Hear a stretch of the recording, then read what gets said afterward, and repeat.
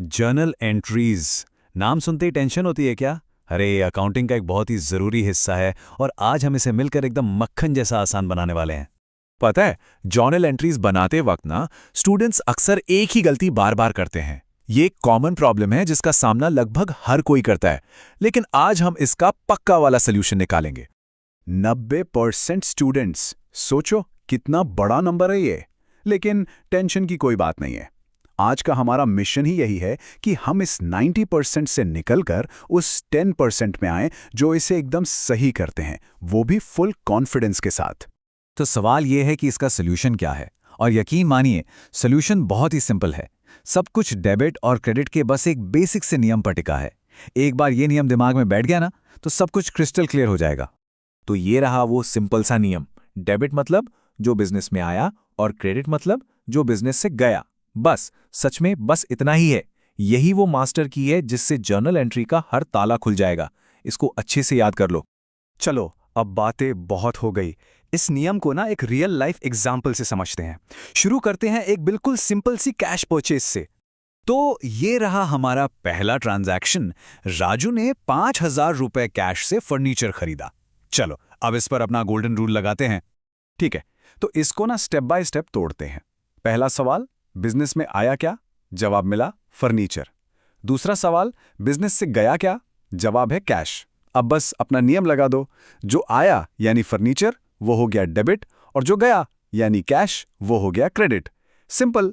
तो हमारी final entry कैसी दिखेगी? कुछ इस तरह। फर्नीचर अकाउंट डेबिट होगा 5,000 रुपए से और कैश अकाउंट क्रेडिट होगा 5,000 रुपए से। देखा कितना आसान था ये? अच्छा, ये तो हो गया कैश का केस। लेकिन क्या होगा अगर कोई चीज उधार पर खरीदी हो? चलो अब एक क्रेडिट ट्रांजैक्शन यानी उधार वाली एंट्री का एग्जाम्पल देखते हैं। तो हमारा दूसरा ट्रांजैक्शन है, राजू ने राम से 2,000 रुपए का माल उधार में खरीदा। अब यहां पे ध्यान देना, कैश का कोई लेना देना नहीं हुआ है। तो हम फिर से वही स्टेप्स फॉलो करेंगे। पहला, बिजनेस में क्या आया? माल आया, जिसे हम अकाउंटिंग में परचेसेस बोलते हैं। अब दूसरा सवाल, क्या गया? तो पूछ नहीं सकते क्योंकि कैश तो गया ही नहीं। तो हम पूछेंगे, पैसे किसको देने हैं? जवाब है राम को। तो राम यहां पर गिवर यानी क्रेडिटर है। इसलिए हमारे नियम के हिसाब से परचेसेस हो जाएगा डेबिट और राम हो जाएगा क्रेडिट। और ये रही इसकी final entry. Purchases account debit 2,000 रुपए से और राम का अकाउंट क्रेडिट 2,000 रुपए से। मतलब हमारा वो एक सिंपल सा रूल उधार वाले ट्रांजैक्शन पर भी एकदम परफेक्ट काम करता है।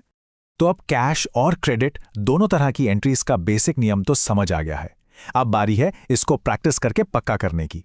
एक बात हमेशा याद रखना, प्रैक्टिस ही सब कुछ है। तो बस ऐसे ही प्रैक्टिस करते रहो और आगे और भी बहुत कुछ सीखना है, तो उसके लिए तैयार रहो।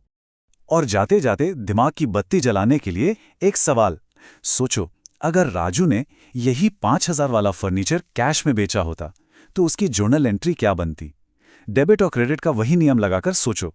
यही तरीका है इस टॉपिक पे मास्टर बनने का।